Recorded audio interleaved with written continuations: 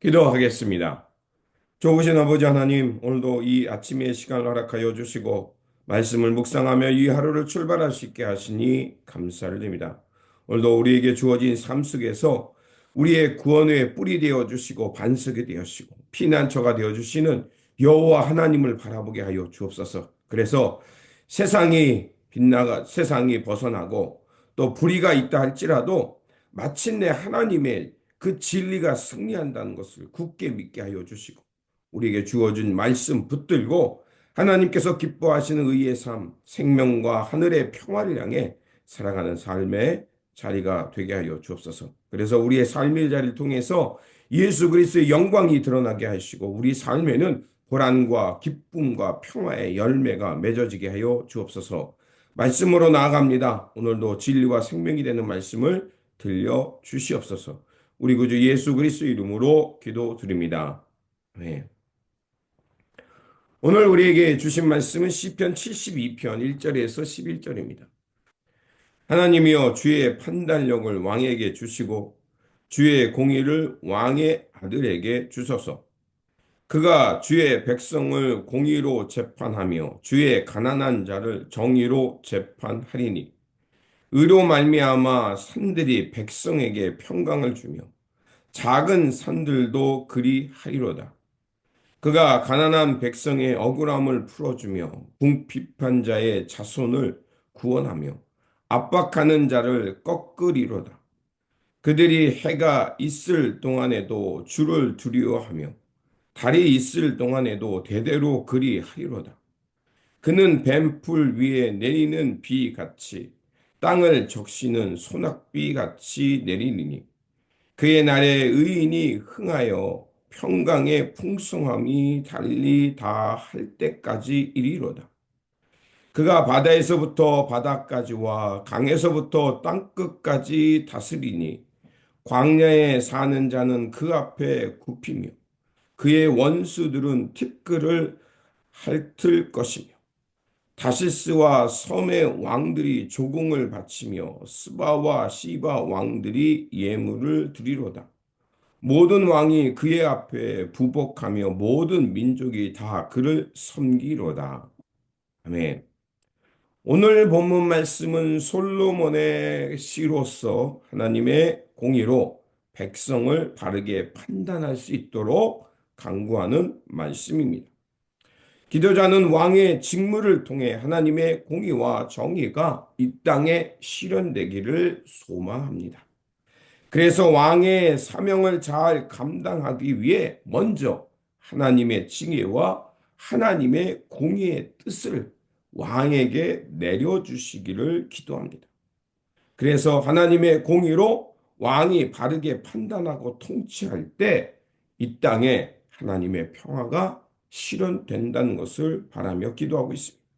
그래서 1절은 이렇게 말합니다. 하나님이여 주의 판단력을 왕에게 주시고 주의 공의를 왕의 아들에게 주소서 이렇게 기도합니다. 솔로몬은 왕이 되면서 가장 먼저 하나님의 공의와 판단력을 구했습니다. 참된 통치는 자기 욕망이나 정치적인 이해가 아니라 하나님의 정의와 공평으로 그 이루어짐을 말하고 있기 때문입니다. 특히 공의로운 판단, 하나님의 지혜로운 판단은 가난한 자, 그 가난함을 해결해 주고 궁핍한 자, 그 궁핍에서 풀어주며 압박받는 자는 그 억울함을 풀어주는 것입니다. 그러기 위해 하나님의 지혜가 필요했고 공의로운 판결을 내릴 수 있도록 기도해야 합니다. 특히 오늘 이 시대에 참된 리더가 필요한 시대입니다. 그 참된 리더는 바로 이 하나님을 두려워할 줄 아는 자. 그래서 가난한 자는 부하게, 궁핍한 자는 그 궁핍에서 벗어나게, 그리고 억울한 당한 사람은 그 억울함에 풀려날 수 있도록 우리는 기도하며 그런 세상이 될 수 있도록 선한 일에는 합력하고 악은 떠나는 것입니다. 둘째로 평강에 충만한 통치가 이루어지기를 5절 이하부터 기도하고 있습니다. 그날에 의인이 흥하며 평강의 풍성함이 달이 다할 때까지 이르리로다. 자, 하나님의 통치가 이 땅에 이루어질 때 나타나는 그 증상을 말하고 있습니다. 그거는 바로 의인이 의인으로서 흥왕하며 하나님의 평화가 이 땅 가운데 임하기 때문에 풍요가 나타난다는 것입니다. 하나님의 공의로운 판단이 있을 때 바로 이 땅에 풍성과 평화, 평강이 넘쳐난다는 것입니다. 바로 그것이 성경이 말하는 샬롬, 평화가, 하나님의 평화가 온 땅에 퍼지는 것입니다. 바로 하나님의 공의로운 판단, 하나님의 공평과 정의가 하수같이 흐르는 세상에 화평과 번영, 온전한 평화가 가져오는 겁니다. 바로 그것을 가져오신 분이 누굽니까? 바로 우리 구주 예수 그리스도입니다.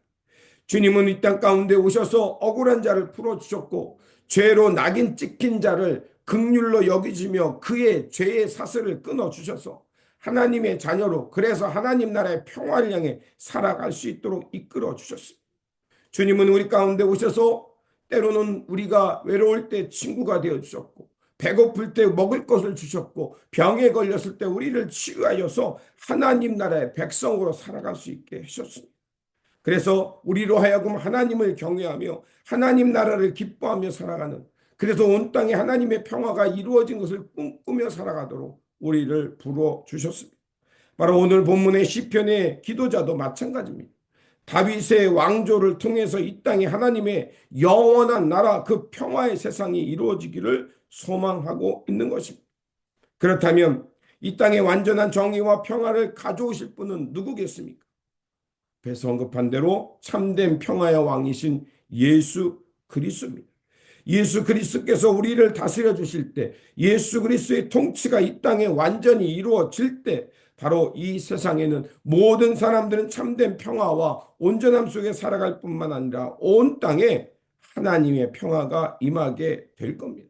그러면 모든 민족과 열방이 하나님 앞에 나와 엎드려 기도하며 바로 하나님의 평화를 사모하며 살게 될 것인 겁니다. 그래서 11절에 만왕이 그 앞에 부복하며 열방이 다 그를 섬기로다, 그것을 말합니다. 그래서 우리가 단적인 예는 솔로몬이 왕이 돼서 이스라엘 다스릴 때 어떤 일이 벌어질까? 저 에디오피아의 먼 나라에 그 많은 사람들이 다윗 왕을 배우기 위해 조공을 가지고 와서 솔로몬과 대화하고 그 솔로몬에게 엎드렸던 일들이 있습니다. 바로 그것이 단적으로 하나님의 공의와 하나님의 지혜로 그 땅이 다스려질 때 나타나는 하나의 현상이었던 겁니다. 마찬가지이며 우리도 하나님의 지혜로 하나님의 공의를 구하며 하나님의 평화가 이 땅에 이루어질 수 있도록 길을 놓는 사람들이 되어야 합니다. 그래서 예수 그리스도께서 이 땅에 공평과 정의로 다스릴 때 가난한 자, 억울한 자, 또 억압받는 자들이 하나님의 선한 역사 가운데 참된 평화와 배부름과 온전함을 이루며 나아갈 수 있도록 기도하는 사람들이 되어야 합니다. 그러므로 우리의 삶과 우리의 공동체와 우리 사회 속에 하나님의 공평과 정의가 실현될 수 있도록 이 땅에 온전하신 참된 평화의 왕이신 예수 그리스도가 이 땅에 오실 수 있도록 길을 내는 사람들, 그리고 우리는 먼저 하나님의 나라를 맛보았고 주님의 그 그리스도의 통치를 받은 사람으로서 이제 그것이 이 땅에 확장될 수 있도록 기도하며 하나님 나라의 선과 평화를 실천하며 살아가는 하나님의 사람들이 되시기를 주님의 이름으로 축원드립니다. 기도하겠습니다. 공의와 긍휼이 충만하신 하나님, 오늘 시편 말씀을 통해서 예수 그리스도의 위대하고 자비로운 통치를 다시 한번 바라보게 하시니 감사를 드립니다. 우리의 삶 가운데 다시 한번 하나님의 지혜와 판단력으로 하나님의 뜻을 부여잡고 살아갈 수 있도록 도와주시옵소서. 그래서 언제 어디서나 가난한 자, 억눌린 자, 배고픈 자가 풍요와 배부름을 얻을 뿐만 아니라 주님의 뜻 가운데 공의의 심판이 이루어짐을 통해 이 땅에 참된 평화가 이루어지게 하여 주옵소서. 그래서 우리의 마음, 우리의 가정, 일터와 우리 교회와 우리 사회 속에 하나님의 나라가 확장되어져 가며 주님의 영광을 드러내는 그 믿음의 길, 우리의 걸음이 되게 하여 주옵소서. 우리를 언제나 바른 길로 인도하여 주시고 우리를 구원의 길로 인도하여 주시는 우리 구주 예수 그리스도 이름으로 기도드립니다. 아멘.